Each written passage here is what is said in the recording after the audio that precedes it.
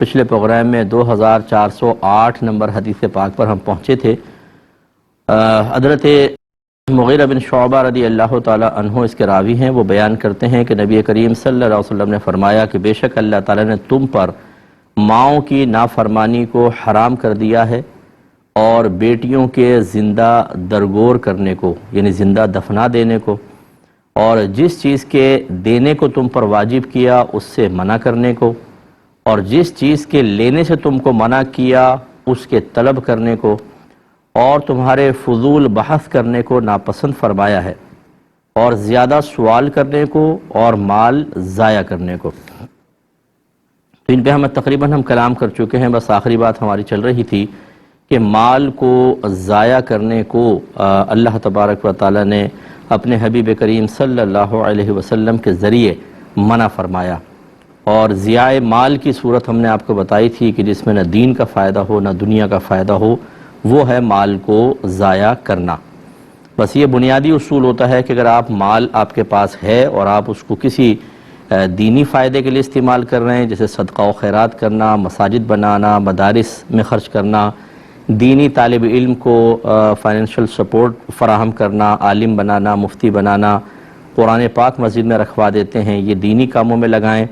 یا پھر انسان اسے اپنی ذات پر خرچ کرے، جیسے آپ نے کوئی بلڈنگ وغیرہ بنا لی ہے،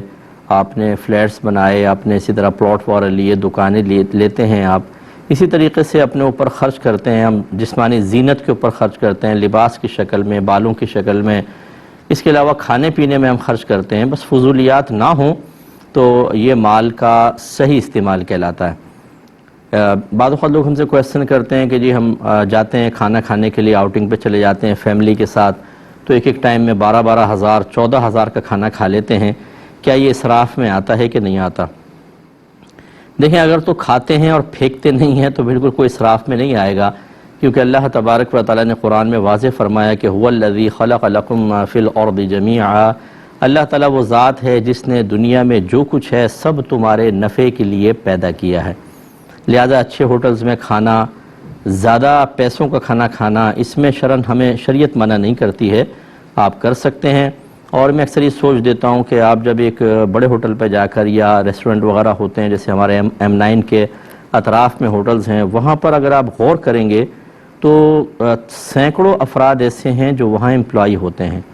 سروس پرووائڈ کرنے والے ہوتے ہیں، باہر چوکیدار ہوتے ہیں، کھانا بنانے والے، سیکورٹی والے، اور ان سب کی پیچھے فیملیز ہوتی ہیں۔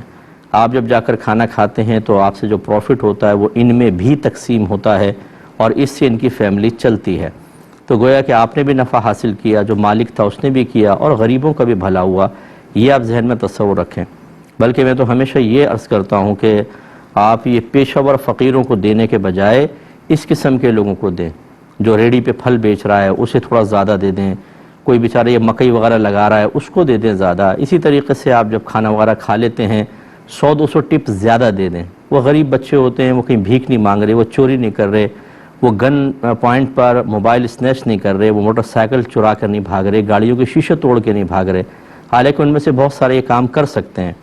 لیکن وہ رزق حلال کی تلاش میں اور ٹھنڈ میں بعض اوقات، اور بیچارے اپنے دن میں ایک جاب کرتے ہیں، رات کو پارٹ ٹائم دوسری جاب کرتے ہیں، تب کہیں جا کے گھر چلتا ہے، اور خصوصاً جیسے آج کل ہمارے پاکستان میں ایک آفت آئی ہوئی ہے،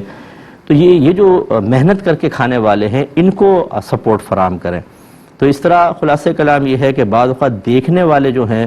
وہ ہو سکتا ہے اعتراض کریں بہت سی چیزوں کے اوپر، لیکن جب ہم شریعت کے دائرے میں کسی چیز کو لے کر آتے ہیں اور دلائل شرع کی روشنی میں دیکھتے ہیں تو بہت سی چیزوں کا جواز نکلتا ہے۔ اس لیے جو ایسے حضرات ہیں جن کو دین سے کم حصہ ملا ہے، میری مؤدبانہ گزارش ہے، باقی آپ کی مرضی ہے، کہ آپ کسی چیز پر کوئی شرعی حکم لگانے سے پہلے کسی عالم دین سے معلوم کر لیں، یہ بہتر ہے۔ شریعت نہ آپ کی ہے نہ میری،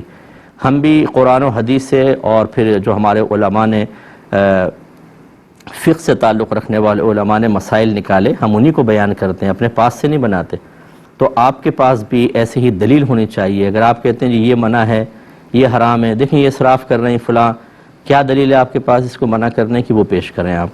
اگر قرآن حدیث منع نہیں کر رہے تو خالی آپ کی سوچ پخلے قل کو ہی ہیں کہ آپ نہ قرآن کو دیکھیں نہ حدیث کو دیکھیں، کسی بھی چیز کو حرام اور ناجائز اور اسراف قرار دیں، اور کرنے والے کو آپ منع کریں، یہ ٹھیک نہیں ہوتا۔ ہاں، فضول جیسے بات ہوئی کہ خواہ مخواہ پٹاخے پھوڑیں، خوشی کا اظہار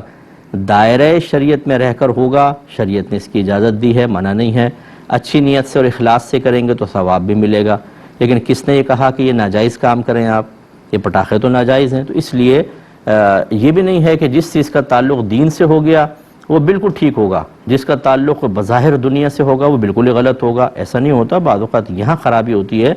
اور یہاں خرابی نہیں ہوتی، جیسے ہم نے آپ کو مثال دی ہے۔